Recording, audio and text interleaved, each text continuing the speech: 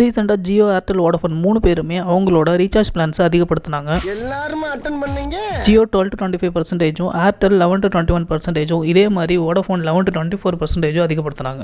8 லட்சம் படிப்படியா போயிட்டு.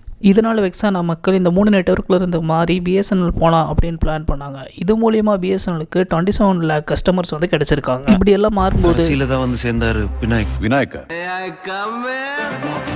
டாடா பிஎஸ்என்எலோட சேர்ந்து 15,000 crore ஒரு டீல் சைன் பண்ணாங்க. இது மூலமா 1000 வில்லேஜஸ்க்கு 4G நெட்வொர்க்ஸை கொண்டு வரணும் அப்படிங்கிற மாதிரியும் 5G நெட்வொர்க்கும் கொண்டு வரணும் அப்படிங்கிற மாதிரி பிளான் பண்ணியிருக்காங்க. இது மட்டும் சக்ஸஸ்ஃபுல்லாக நடந்தால் டேட்டா ஸ்பீடு நல்லா இல்லைன்னு வெளில போன பிஎஸ்என்எல் கஸ்டமர்ஸ் எல்லாருமே எகைன் உள்ளார வருவாங்க. இது மூலியமா பிஎஸ்என்எல் ஏர்டெல், ஜியோவோட அதிகமாக கஸ்டமர்ஸ் வச்சிருப்பாங்க. 3G ஸ்பீடில் இருக்கிற பிஎஸ்என்எல் 5G ஸ்பீடுக்கு வருது அப்படின்னு ஃபியூச்சரில் பார்க்கலாம். இந்த வீடியோவை பிஎஸ்என்எல் சிம் யார்கிட்டலையோ அவங்களுக்கு ஷேர் பண்ணிட்டு இந்த வீடியோக்கு ஒரு லைக்கை போட்டு நம்ம சேனல் சப்ஸ்கிரைப் பண்ணிக்கோங்க. தேங்க்யூ.